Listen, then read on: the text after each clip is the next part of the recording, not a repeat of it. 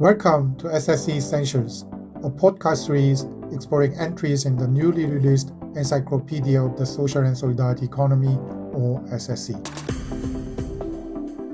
The Encyclopedia is your comprehensive guide to the SSE, a concept recognized globally for its potential for inclusive and sustainable economic and social development. Published by Edward Elgar, the SSE Encyclopedia is a collective work of the United Nations Interagency Task Force on SSE, or UNTF-SSE.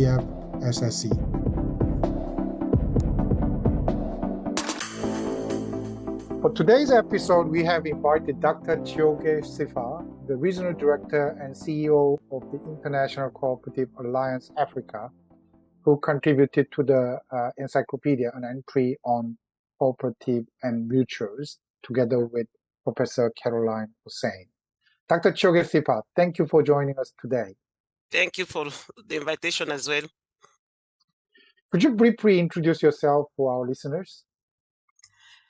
Yeah, like you have heard, my name is Chiyoge Sifa. I'm the Regional Director for the International Cooperative Alliance Africa. I have over 25 years of work experience spanning from communication to academia, agriculture, and cooperative development in Africa.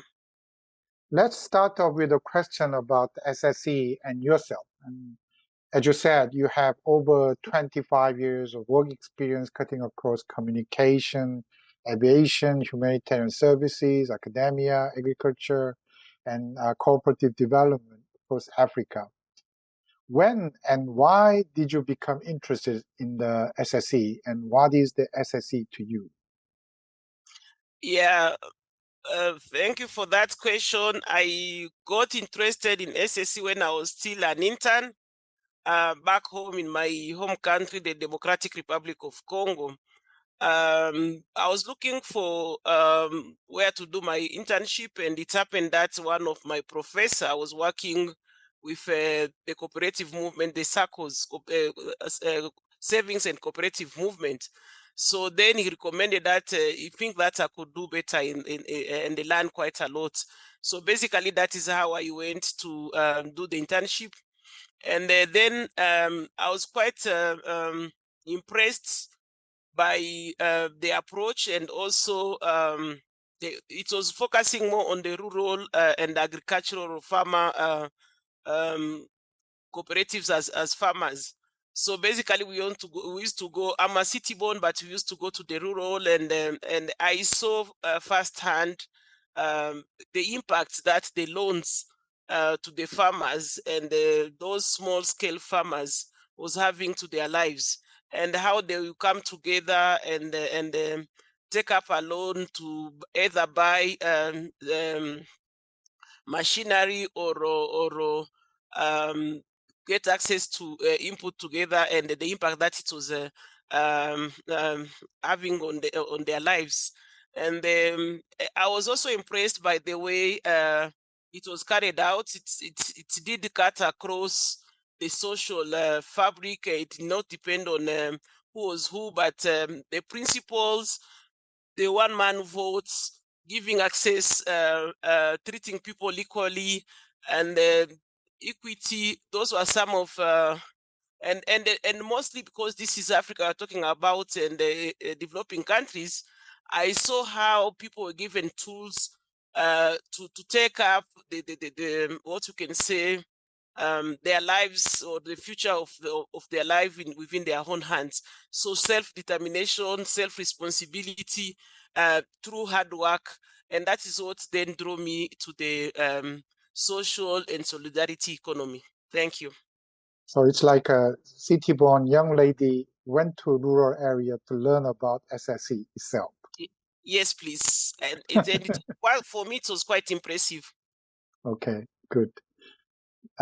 Your research and activities on cooperatives and other SSE organizations have had a significant influence on the development of cooperatives across the world, particularly in African continent. And in African continent, we are witnessing the emergence of SSE movement in many countries. How do you see the future of cooperatives and the SSE in Africa, say, by 2030? Yeah, thank you very much. First for recognizing that, but also for giving me the opportunity to project how I see the future of the SSC. In fact, if not by 2030 and beyond, Africa will become the leading continent for the SSC development of cooperative development in the world. Yes, we do have strong SSCs and cooperative, especially in Asia Pacific, Latin America, but also in Europe and North America. And Africa has got quite a lot of them, but informally. But what I'm seeing by 2030, we'll have more of the formalized form of SAC in Africa, and that is specifically cooperatives and other forms of mutuals and the like.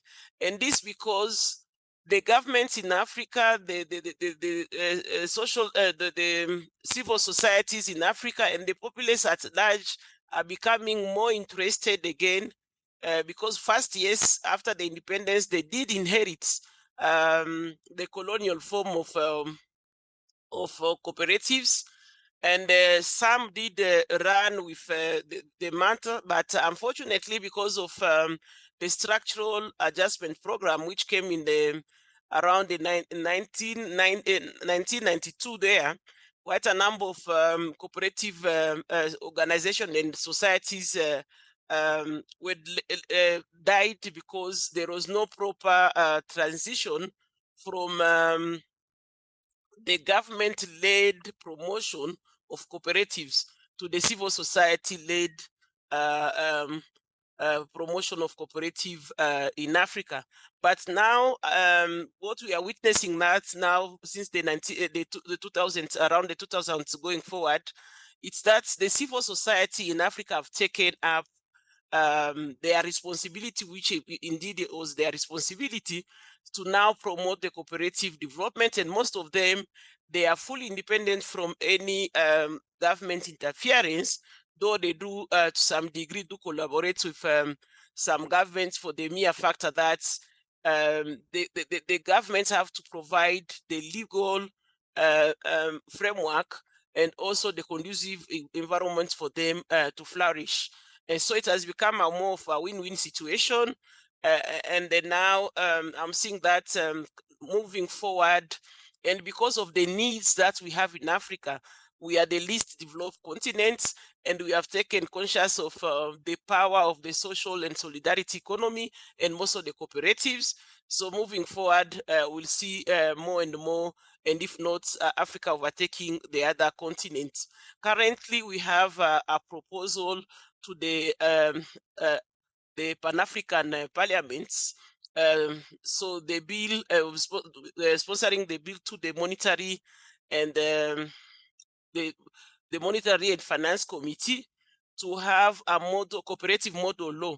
That particular cooperative model law, if it goes through, it will help African countries to have a same level of instruments in the development of cooperatives across the continent, but as well also it will help have the same understanding of what is the SSCs or cooperatives, how do they function, and the like, and also to develop similar strategies in promoting the same.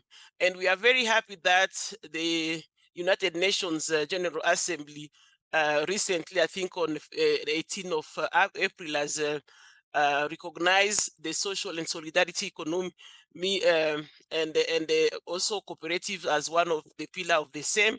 This will help, will go a very long way, because the African governments and the populace were very key in the United Nations recommendation and do follow those recommendations. So that will really spur the cooperative development and also the SSCs, other form of SSCs development on the continent. Thank you. Great, fantastic. So I do really hope that you can have cooperative model law very soon. at the African continent level. Thank you. And you wrote an entry on cooperatives and mutuals for the encyclopedia. And what messages did you want to share with the readers to that entry? Yeah, thank you once again. The key message is that the social and solidarity economy, and also the cooperatives, are embedded in the human DNA. It cuts across cultures, time, and the like. From China, Korea, that is the ancient, to Eastern Europe, to Europe, Africa, and America. If you review and study the cultures and how people used to get the work done, you will find that there is a common trade. People used to work communally and they depend on each other. And they wished each other to move forward together.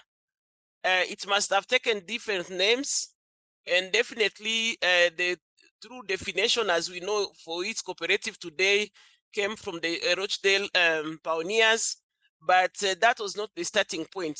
So basically, from our past to even our present and future, you could see that social and solidarity economy is the way forward, is our way of doing things, is embedded in our DNA. So basically, we should go back to our roots, all of us, from east to west, north, south, youth and young and old, and regardless of our gender. So basically, if we have to change the narrative of the world, what is currently going on, and addressing some of the great challenges that you see the SDGs are trying to address, then the cooperatives and the other form of social and solidarity economies are the way forward, because everybody has got the tools just to look around how they used to do it and how they can do it. It does not matter the race, the gender, the age, or the culture, because it has proven to work from ancient time across the globe and even currently. Thank you. Thank you very much. As you know, SDGs are talking about transformation and moving away from business as usual. And we are trying to make kind of new society different from the previous one in terms of well-being, planet health, and peace, prosperity, and all those aspects of development. Do you think SSE can be the kind of important tool for this transformation activity or process? If you do think it can be the major tool for that transformation, what aspects would be the key kind of advantages of SDGs to become a major tool for transformation? Yeah, thank you very much. Yes, I do sincerely believe that to fasten the attainment of the SDGs, then the social and the solidarity economies, in whichever form they are working, becomes paramount. And this because they are community, they are popular movements with economic outlook, economic, social, environmental outlook embedded in them. So indeed, they are the solution to fasten the attainment of the SDGs. And for that to happen, the tool, it's because of the mindset change. If you need to transform something, then you have to do things differently. So what is not working is the mindset that people have currently.